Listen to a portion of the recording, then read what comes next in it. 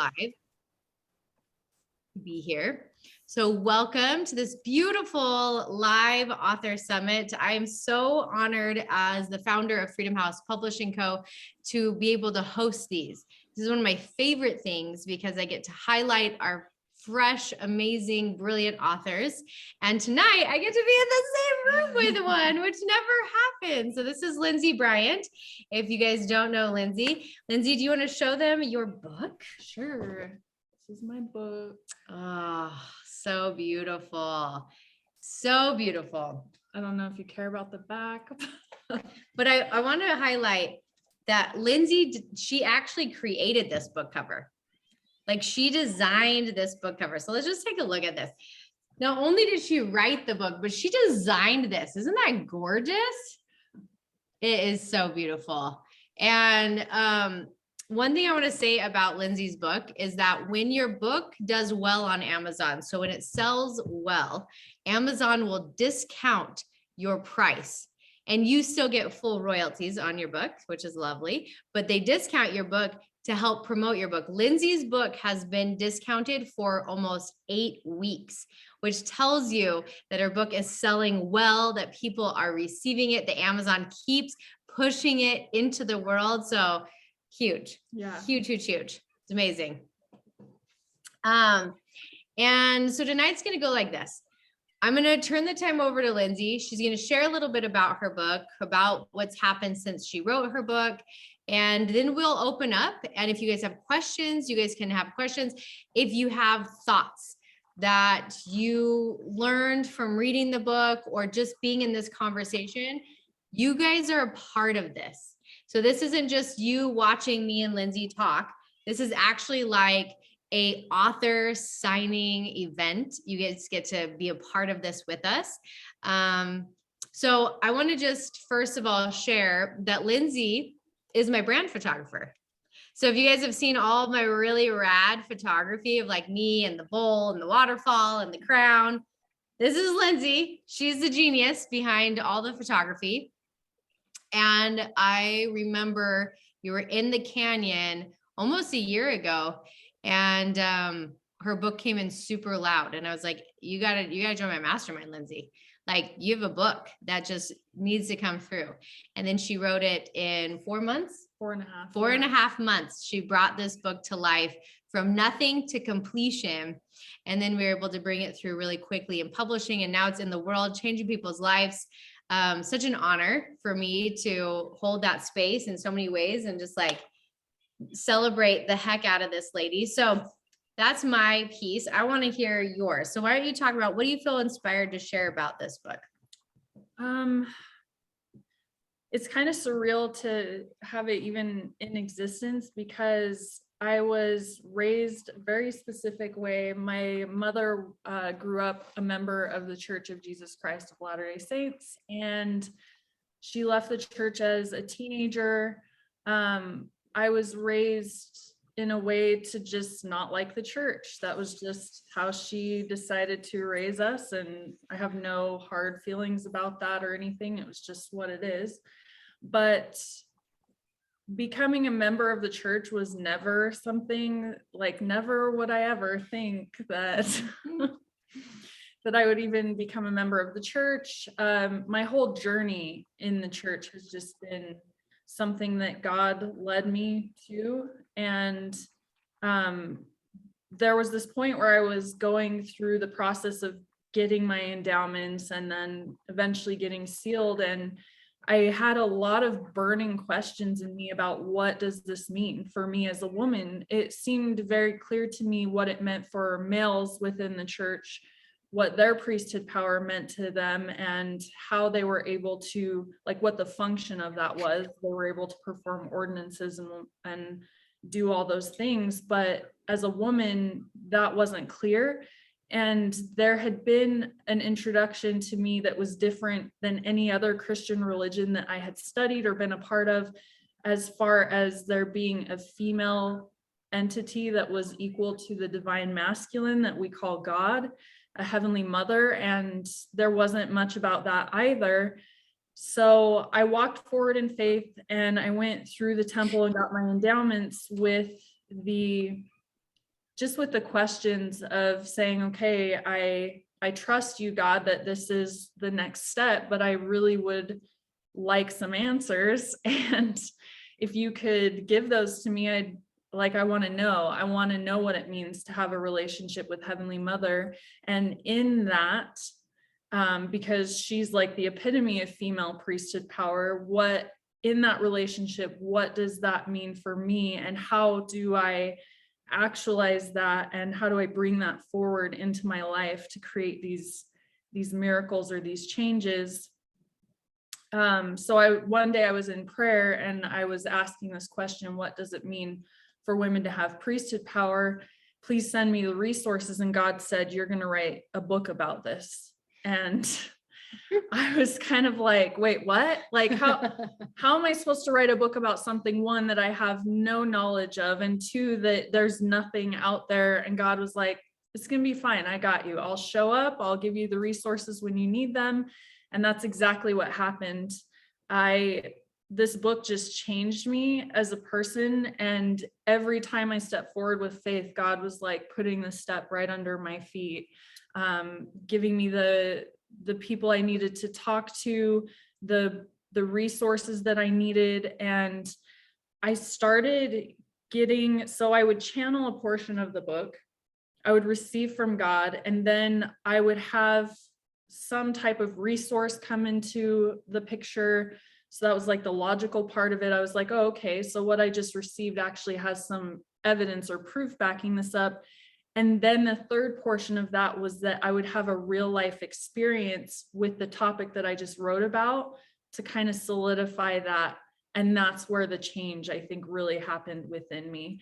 And during this time, I've had a myriad of health issues that had popped up.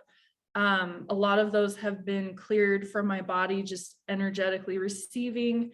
I do believe that anytime we work with Christ, I mean, he was a metaphysician, he performed those healing miracles on people's bodies, that it has the potential to clear our bodies of these things. So it's been an interesting journey of, and it's more than a book, right? Like, it's my life, it's me. So, and my relationship with God and Heavenly Mother was really strengthened when I wrote this book.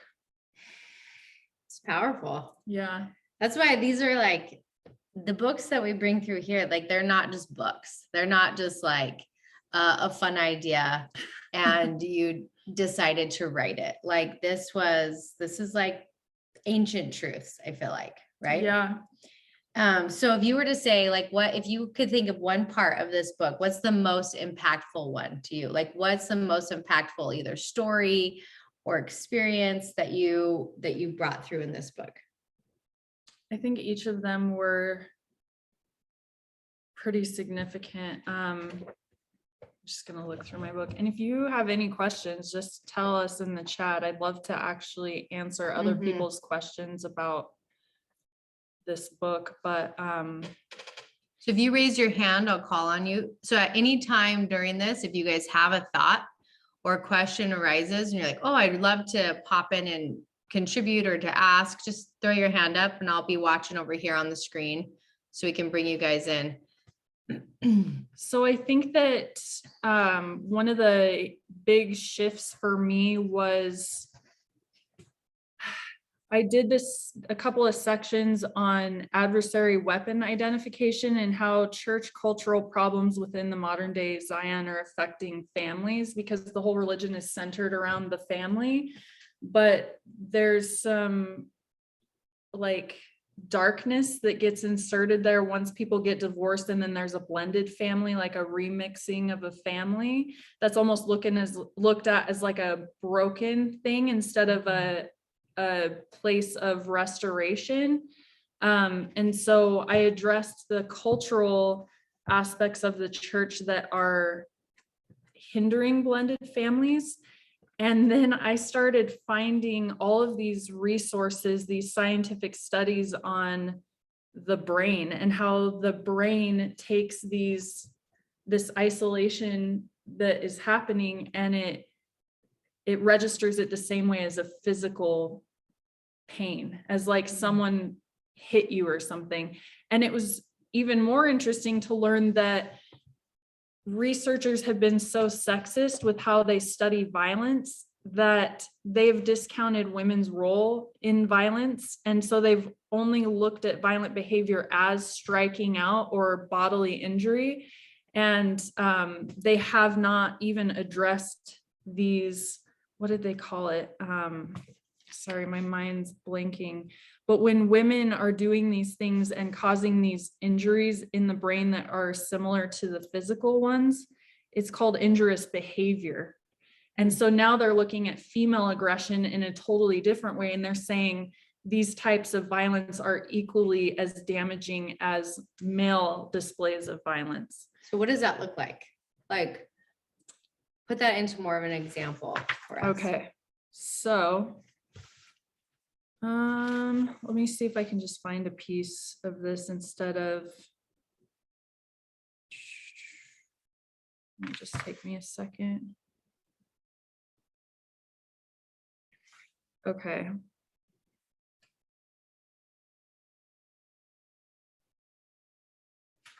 Did come across. Okay, I'm just gonna read this because it might just be better than. Yeah, I would love to hear. Okay, so I found it difficult to find studies on female violence outside of correctional settings, analyzing female inmates and factors contributing to violent offenses.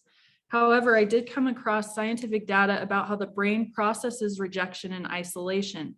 The term injurious behavior is valid because when an individual is isolated or rejected by a class or group, the brain registers that rejection or isolation the same way it registers physical injury. So that's what I was talking about. Mental anguish impacts the body and the spirit. If you learn only one truth from what I am writing, I hope that it is the truth of how interconnected the mind, body, and soul are with one another.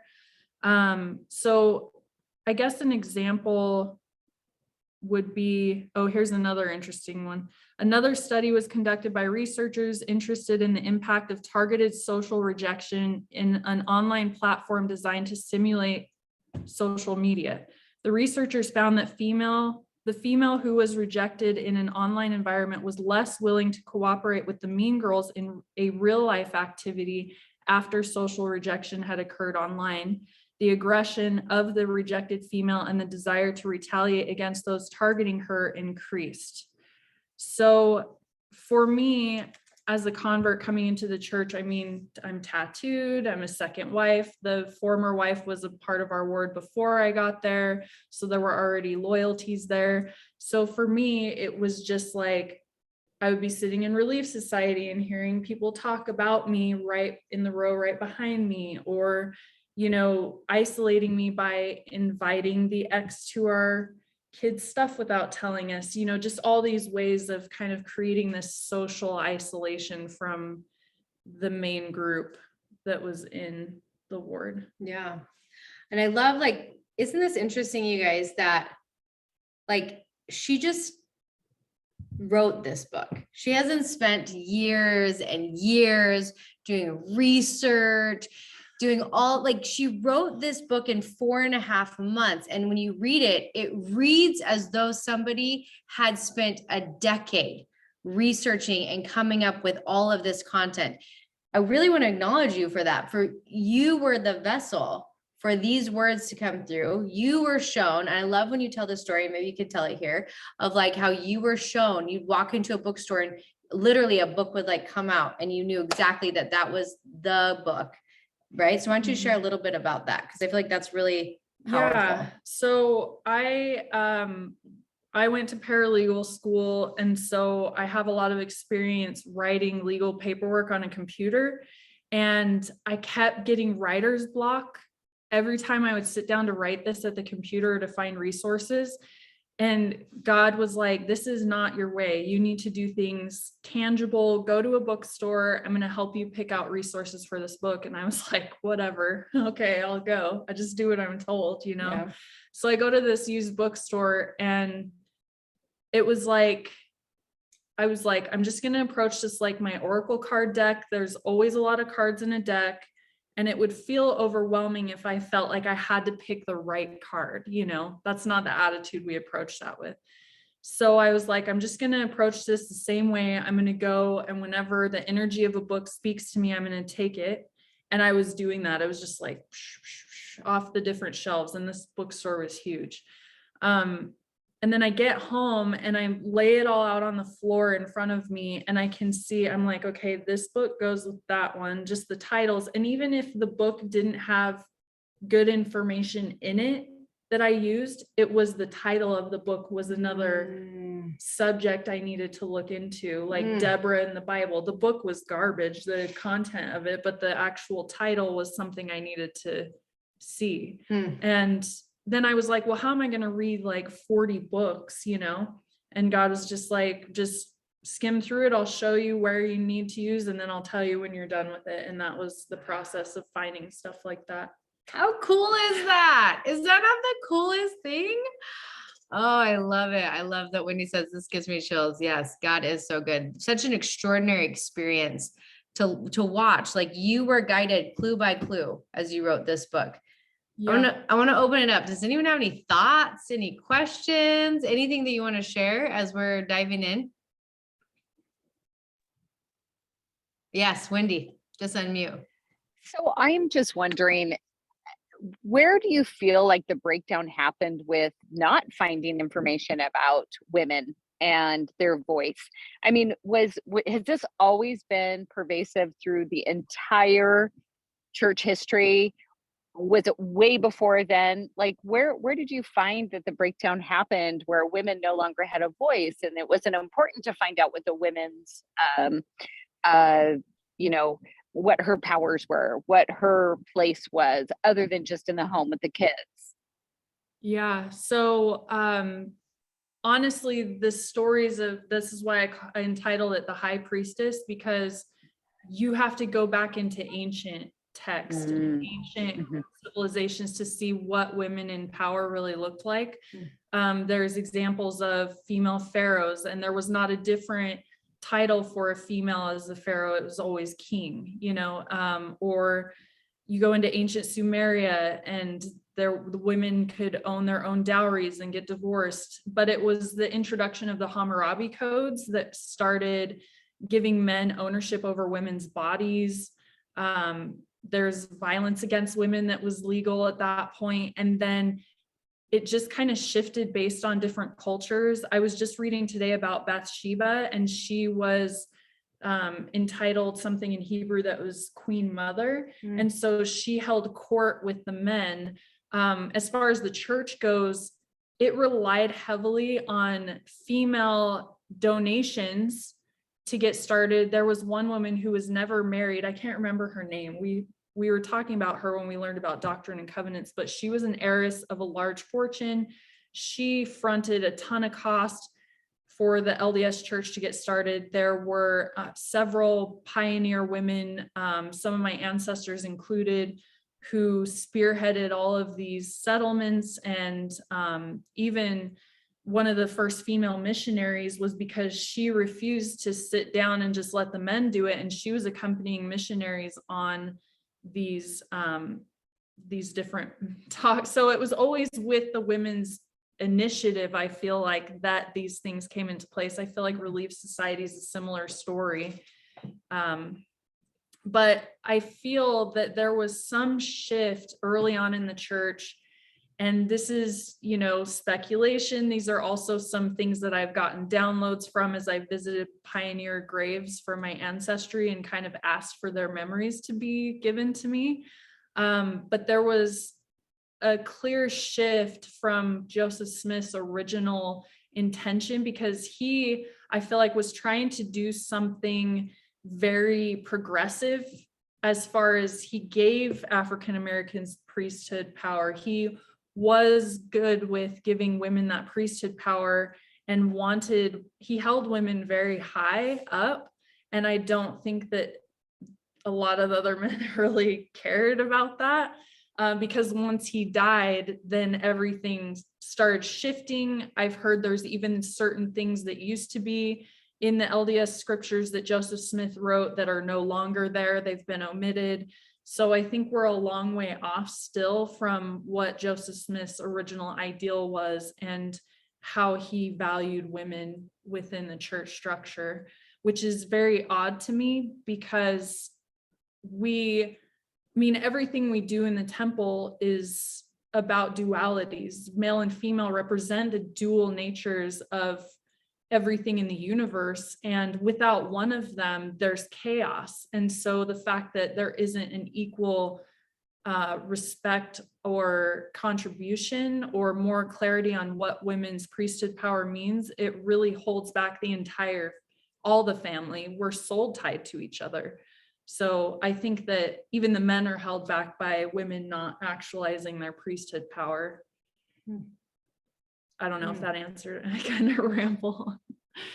No, and I think what's powerful is, even though this book has been your journey with the Church of Jesus Christ of Latter-day Saints as a convert, receiving information, but I believe that this book will help any woman wake up their inner power. How can you share that if someone's not a member of this church? How does a woman read your book and wake up their own inner power and inner strength? I think as women, it's coded into our DNA to be afraid to speak truth, to say what we want, or go after what we know our purpose is, or speak out against injustice. And in that way, I feel like this can help every woman actualize their power, because we're still fighting the same fights. We're still dealing with the same crap that we've been dealing with since the beginning of civilization. And so it's, there are ancient truths in here, whether or not you're LDS, it's just all truth. I think it's the same types of not oppression. What's the word I'm looking for? It's just the same, just like tug of war game that we have to play in every type of institution or religious setting. There's always a good old boys club, but I've yet to see a good old girls club. And, you know what I mean? So I think we're all still kind of fighting the same fight with everything. What are your guys' thoughts? Do you guys have any thoughts, any questions? Holly, I feel like you got something in there. So I did have one about the injurious behavior, and then I had some other ones. So the injurious behavior is what those women are doing towards, like, the talking about you behind your back. Is that kind of the definition in general of how women are being violent? I was trying to put that together. Women can even incite violence by, stirring the pot until the men do something about it. And so there's this interesting, it's almost like internalized misogyny, to the point of women policing other women until the men get involved and then they do something about it. And so women are playing by the same rules the men are playing by when they're like in that patriarchal mindset to hurt other women. So they incite violence most of the time from the men that way, when they're done with playing the mind games. Okay. Yeah. The mind games kind of end up leading to other people taking action. Like, what? Okay.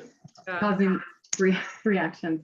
Okay. And then another question I had was like, who is your favorite female character, either from the Bible that can be such a good example, or the scriptures that can be such a good example, or maybe just throughout female history? Because you have a lot of good examples, but which one's your favorite? Enheduanna, I love her. She was the first female author, and she united all of her father's kingdoms together with her hymns that she wrote. And I love that, the power of a woman's voice that way. And then I do love Deborah, because she was a prophetess and a judge, and she led the people when there wasn't a prophet. So I really admire her for that. And then Eve, our original mother, right? She had a hard choice to make. And one thing I have loved about this religion is how respectful they were about her choice, because I've gone to a lot of different Christian denominations who were, it almost made me feel shame for being female because of Eve's choice. Like, oh, you're going to suffer when you have your period and when you have babies because of her choice. And so it was almost like, we're paying for her sins almost. But I've never gotten that from the LDS religion. There's always a lot of respect for that choice that she made. I think so. I think it's treated well. Yeah, like you said, with respect. Okay, and then so overall from this book, what do you want women in general, but LDS members, like what can we do to not create injurious behaviors, but have these strong women groups that don't turn into boys club / girls club? Right. Man, that's hard because we just talked about repentance on Sunday. Oh, okay. Return to God, right? People have to be humble enough to admit fault or to see that there were things that aren't working to be able to change them. But I also feel that women are just natural checks and balances for the male ego, and the male ego feels really strong right now in the leadership of the church. And I feel that women need to take an equal seat with the men to have that kind of level back out. So maybe kind of speaking up more in classes and maybe programming and say, hey, this is a good idea. I was thinking when you were saying that too, is it's good for me to take a look at myself and seeing where am I doing injurious behavior, or where am I trying to play small and not speaking up to balance that masculine and feminine. Yeah. And it like breaks my heart because I feel I've had a lot of conversations.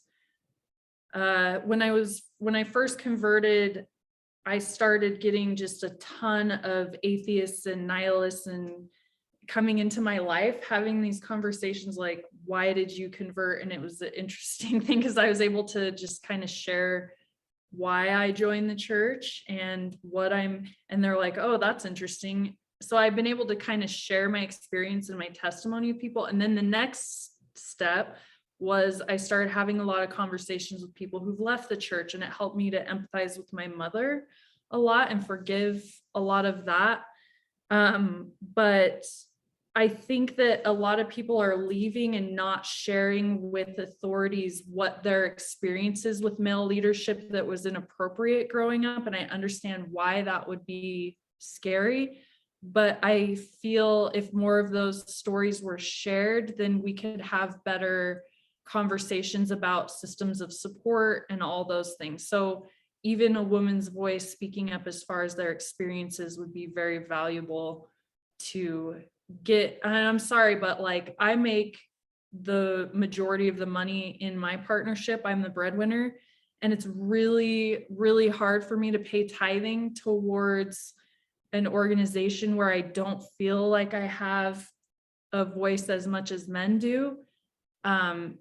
And so, yeah, there's just a lot that I think women need to step up and say, even if it's uncomfortable, and say, these are my experiences and this is what I need from you, and express those needs. Okay, so in summary, I feel like it's like bring our voice out and share those things. And I feel like in the appropriate places, like maybe I'm not like screaming it in the middle of the class or something, but kind of like finding that place of listening where that can be heard and maybe internalized into the organization too. So thank you. Yeah, thanks for your question. Yeah, I love those. Thank you, Holly. Thank you for your questions. And Mary Pat, did you have something that you wanted to share or ask? Well, I'll just say that it's really interesting to hear about your experience, because I have, I don't know really anything about LDS other than, sort of generalized comments and things. And I don't, well, I'm a Unitarian Universalist, so I have a completely different view about things as far as churches. And I'm not even a really like strong one of those either. I sort of have my own kind of spiritual beliefs that go beyond that too. But I think it's interesting, and I was just thinking about how the timing is wonderful for what you wrote about, because this is from my perception and from a lot of the people that I work with and talk to, this really is a time when the masculine and feminine principles are coming into balance. And it's the time, in order for things to come into union, there has to be a uniting of the masculine and feminine as equal. And that's actually the end. There is polarity, but it's not just a balance of the two sides of the polarity, it's the uniting of the polarity into something that then becomes a union. And so this is, I think, really what is trying to happen in the collective human consciousness right now, and on all levels. And so it's a really messy time with things breaking up, old systems breaking up. And there's a prophecy, and I don't know if I'll get the details right, but the Mayans had a particular day, I think it was in 2012, but I could be off on that, where in their calendar, there was a specific time when what they call the staff of power passed to the feminine. It had been held by the masculine principle for however many thousands of years. And now this was the time that it was passing to the feminine in order for things to come back into balance. So I just think that the timing of your book is, it's interesting that it should come out now. It's perfect. And I'm curious about it. Is there any kind of a prophecy in LDS about this coming together of the masculine and feminine, or is that just nothing does that exist? Yeah. I think that's the entire goal of the religion. I mean, that it's so family centered. It's all like marriage. The culminating ordinance in the temple is all about this divine marriage of the masculine and feminine coming together and tying their souls together for all time and eternity. And so I feel like if that's the culminating act and ordinance of the whole religion, then that's the whole goal of it, is to keep that unity there between the two. But how that functions outside of ordinances, it's a free for all. People are just tripping around trying to figure it out. And I think that it could just be handled better. And there's a lot in the church as far as masculine energy of doing and serving. And I feel that was necessary when we were first establishing our church on the earth, because we had to plant it and we had to get it growing. But now there needs to be, I see a lot of the members are like burning out because we don't have that equal balance of the feminine receiving and the somatic experiences with the body that we need to either purge these emotions in a primal way or regulate the nervous system, which is really how we even feel the presence of God. And so one of the things that I surmised from what I had received from channeling and everything was just that the physical body is kind of Heavenly Mother's realm, because she is how we are able to feel the presence of God in our bodies. That's beautiful. Well, and I'm just grateful you shared that Mayan prophecy. That's so beautiful. What a timely, and I bet so many of us, even here on the call, could look back, and I would say 2012, something shifted in my life, right? Like it was 2012, 2017. And the more and more people I talk to about like their awakenings, those are the 2 years, 2012, 2017. So it's interesting. I've never heard that Mayan prophecy. It's like, oh my gosh, energetically that something was shifting at that time. So Mary Pat, thank you for sharing that. That's a beautiful contribution. Is there anyone else that wants to ask any questions or share anything that you're present to as we bring just this conversation to light? And if you're okay, I'm going to mute you guys when you're not talking, because that helps the recording just sound better. So what I would love is if you could actually like bring into existence for everybody on this call right now, what is something that they could leave this experience with in their life that would help wake up their own inner priestess, that would help wake up their own gifts of, I don't know, like being the high priestess inside of their own selves. I feel that throughout our lives, we give our power away, and that's what we're taught to do. And so I see it as like all of these just like holes in us where light is coming out all over the place. And we're kind of like a broken container that way. And so I think taking that power back within ourselves to be sovereign, and a lot of that has to do with giving ourselves permission. Yeah. Give yourself permission. That's what's coming in strong for me right now. Yeah. That's something that this last year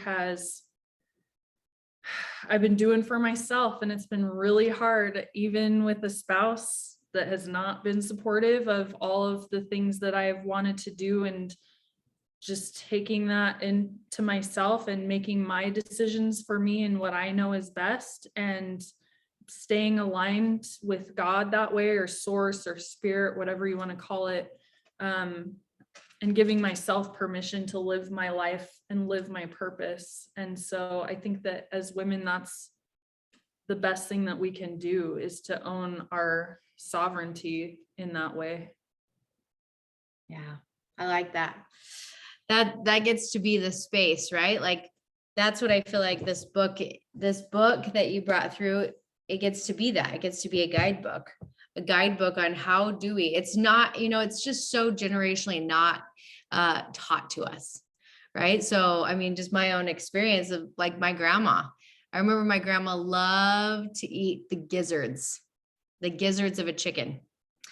And I was like, Grandma, like, this is disgusting. Why do you love this? And she said, because by the time all of my children were done eating the chicken, all that was left were the gizzards. And I had to learn to love the gizzards. And that story stuck with me. Like, what the hell? What is this? This like pure, like, I will be the last. Let everybody eat first. Like this is the generational like frequency that was brought through all of us. And that it stills our magic. It stills our power, because it's like us being like, I am the least important. Somebody said this, I think it was someone on my podcast who said they were below the dog, right? Like the husband, and then the kids, and then the dog, and then it was them. And when they said that, it was like, whoo, that hits. That's the generational patterns that were poured down through us. And what you teach is like, not like screw everyone, like let me fill my bucket, and then I can go out and pour into everyone else. Let me fill this up, and then I'm of more service, and then my power is more magical because I'm not like, dripping it. Well, what you're saying is a key to women creating financial abundance also. And I've questioned writing this book and doing some research on if men are even supposed to make, like if they have the same capabilities we even have to bring in abundance, because there were several prophets throughout history. I think even Muhammad, the very first prophet in that religion, his wife was the one who funded his ministry. I mean, you look at Mary Magdalene funding Jesus Christ ministry from her own purse. Like what you're saying is, I think, a key to women creating money in their life also. Yeah. Because I've watched it. Fuel this, right? Yeah. Fuel this, and then we get to go out and pour our magic. Well, and women are different than men in that way too, because, and this is statistics, this is not me judging, men want money to be able to have something. They want the title or the car or whatever. When women create financial abundance, they do start pouring it out and helping everyone else. And so, yeah, I just feel like it's more in alignment. Yeah. It's beautiful. So there's so much in this book. You guys can feel it. If you haven't gotten this book, go get this book. Support Lindsey. Support her work. If you haven't been watching on my Instagram, I do free. I don't know why I said free. Compliment. It's not even. It's a magical 30 minutes of book channeling with authors. And I do it every single morning on my morning show. This morning you came on. We brought through your next book. Mhm. So I feel like it's showing up right now. It wants to be talked about. So why don't you share with them your second book and the date that your book actually told you today, that came to us today, the It's date like, that it's is- going to be Is finished. Wendy still in here? I think it's the same date that hers is Oh. releasing, isn't it? No, 11 no, hers no? is 11/11. Oh, okay. And this was 11, 22. Yeah, for the Mhm. next one to be done, being written. And I guess it does just kind of feel in line with like speaking for people who can't or aren't speaking, something Mhm. like that. So it's around sacred rage and how to transmute that into positive change in your life. And it's all centered around my experience with domestic violence and the justice system. I use that term loosely. And yeah, we brought that through today. So it's going to be more of a guidebook because I really want to lobby for better laws on domestic violence in Idaho. And the way that we need to do that is by telling our stories. The judges need to hear our personal stories with what's already in place. So that's going to be what I'm kind of championing for, and talking about what resources would have actually been helpful to me in that situation. Yeah. So you can feel the last November you said yes to bringing through this book, and so much magic has happened in your life since you've brought this book through. Now your second book is already coming through. I just really honor who Lindsey is, and that you're a yes, that you're just a yes, you're a vessel, and you keep gaining magic by bringing this stuff through, right? Yeah. I've even had questions, like I was in the mastermind and I was saying, well, what if I don't have all the answers to all the questions? And I can't remember who it was, but somebody said, sometimes it's enough just to ask the question. And so I did it. I just wrote questions in here that I didn't have the answers to. And I started experiencing things quickly. Like I was with Wendy, who was on here, taking her photos. We go to a drum circle. The shaman leading that says, Spirit told me you have to come to Mexico with me. I had a 3-day turnaround to buy a ticket and get on a plane and go to Mexico. I'm sitting at this retreat it's a sacred sensuality retreat. And the questions in this book were getting answered. Every single person who was there was answering these questions. And I had just had something come through about Brigham Young, and a direct descendant of his was there. And we had this magical interaction with each other. And so I can't even explain without submitting my will to whatever God has for me, these things wouldn't have happened. If I had approached this in my logical, skeptical mind, these things would not have happened. So your work and what you helped me do in this book and just conduiting this stuff through has completely changed my life. Yeah. So exciting. That's what these books do. They change our lives and then they go change everyone else's lives. So I saw that Holly had her hand up. Holly, did you have another thing to jump in and share or ask? I just wanted to champion Lindsey and her book. She's a force to be reckoned with, and she doesn't mess around, but it's in a good way. She's not gonna slap you in the face, but she's here it is, straightforward. I'm not gonna put flowers around it. It's just this. Anyway, so I'm looking forward to your next book and how much you're that example of sharing your voice and asking the questions, regardless if you have the answer. So it makes it okay for the rest of us to ask the questions, to share our stories, and to bring that through. And I love that you're saying the magic that's come through, because I'm okay, I can do this too. So thank you for doing what you do and being who you are. And you too, Kara. Thank you for seeing me. Yeah. I appreciate that. Yeah. There's something beautiful about allowing others to see you. I want to jump in the chat here. I saw some things. So let's jump in, see if there were some questions. Okay.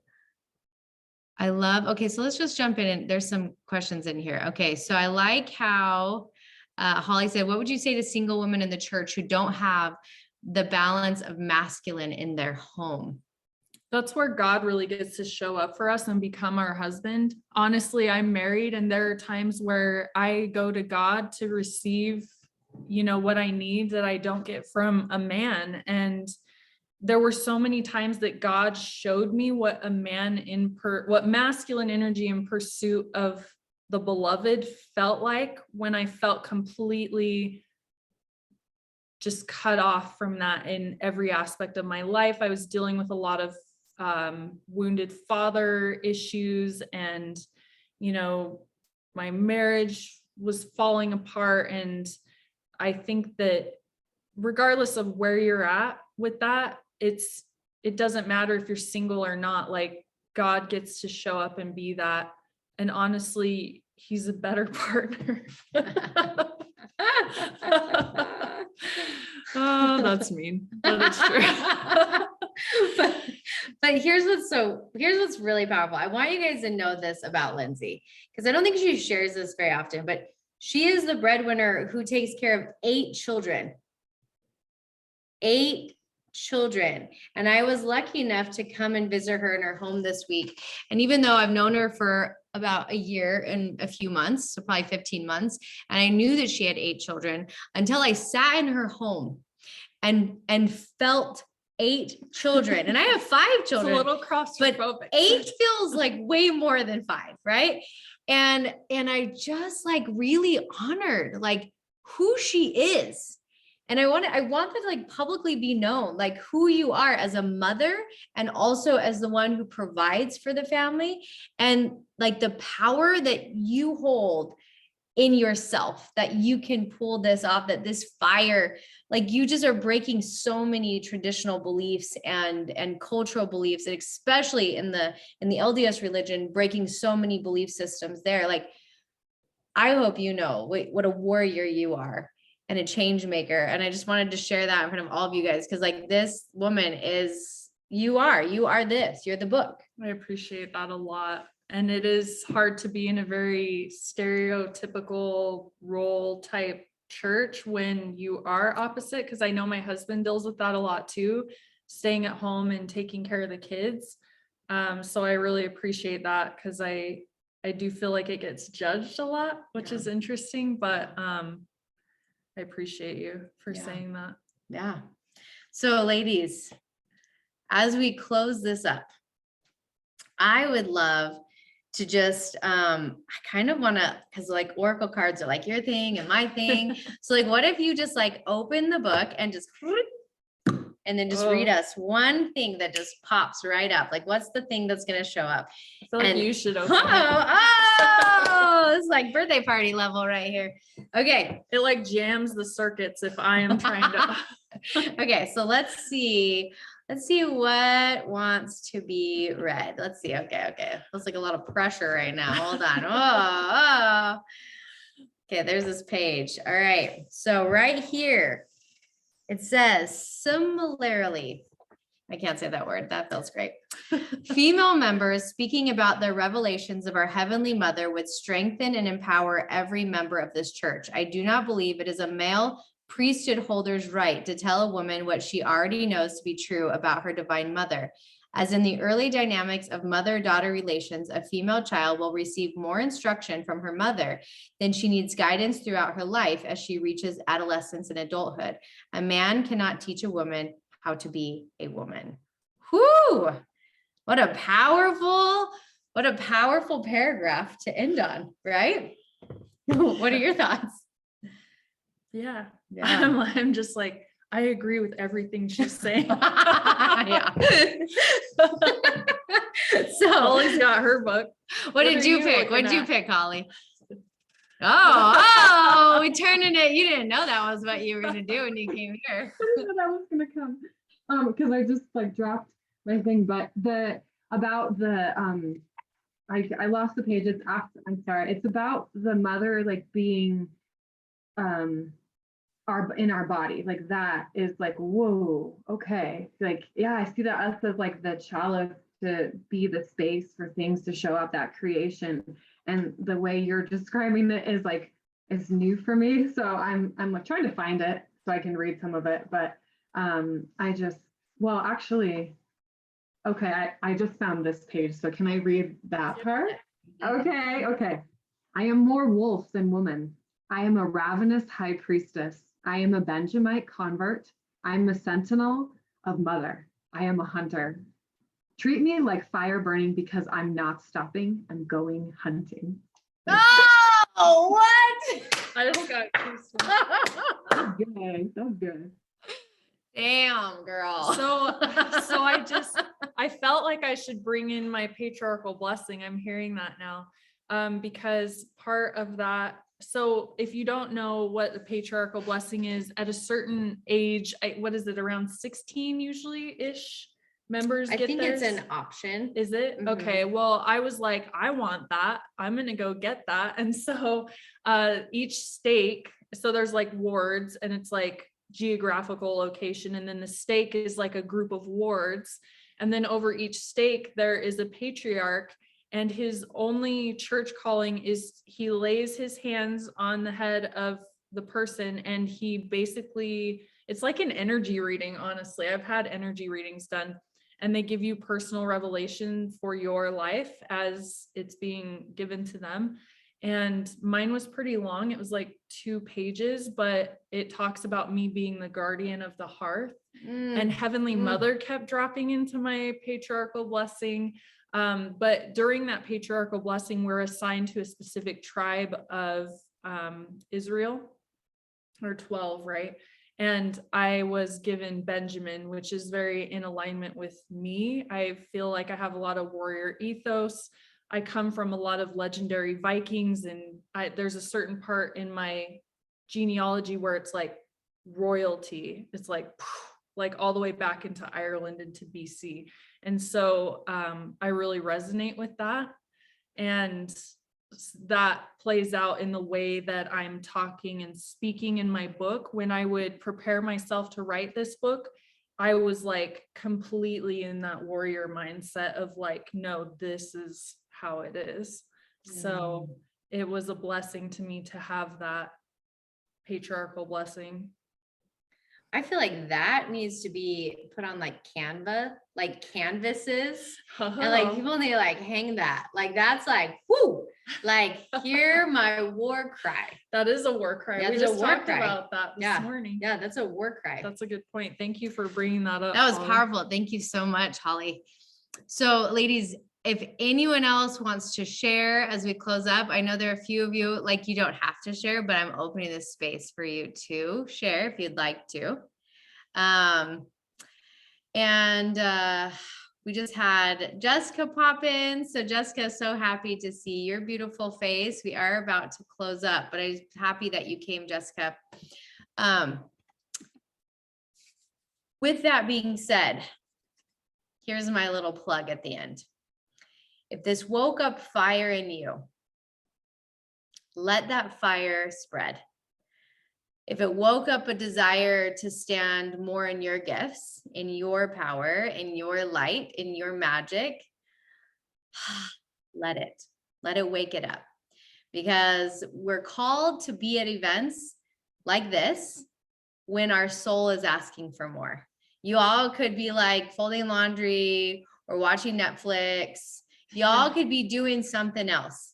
But instead, you spend an hour with us in this really powerful container and conversation of change, of transformation, of someone who like never thought she was going to write a book and listened to the call in her heart. Not only did she write a book in 4.5 months, but a second book is on her way. And like, this is it. Like, this is how we rise, is when we answer the calls in our hearts. So my invitation is, answer the call. Whatever the call is, answer the call in your heart. Now, I see that there's a question, and I want to read it out loud. It's from Jessica. She says, Lindsey, I'd love to know what you found most impactful since publishing your book. What has stuck with you the most? I felt like this whole process of my conversion and writing this book was like my marriage ceremony to the divine. And I feel like I was codependent in a lot of ways before writing this book. And I feel more independent. And I think the thing that stuck the most with me is that I can do anything I want. That right there is the best sentence we've ever heard. Hell, that's a holy hell yes. How great is that? Yeah. Like, that's the most liberating feeling in the world. Yeah. Like, I don't need approval. I don't need, I'm going to the most romantic city on the planet. On the 31st, I'm going to Paris, and I'm going to take pictures of a client, but I'm going alone. And that does not bother me because I would rather be with me. And that, like, finding myself and finding those things of me that were, what's the word, indissoluble, to gather back into me. That is, I found myself, and I lost everything else that didn't matter. Oh, the one-liners tonight. This is so powerful. Yes. Oh, I love that. Well, ladies, thank you for your time. Thank you for coming to this beautiful summit. Lindsey, as we complete this, when you drop in your heart, what is the message? What is the message that you would give these beautiful humans who are here live? And then there's so many who signed up that are going to be watching this replay. What is the message that you would love to leave with them tonight?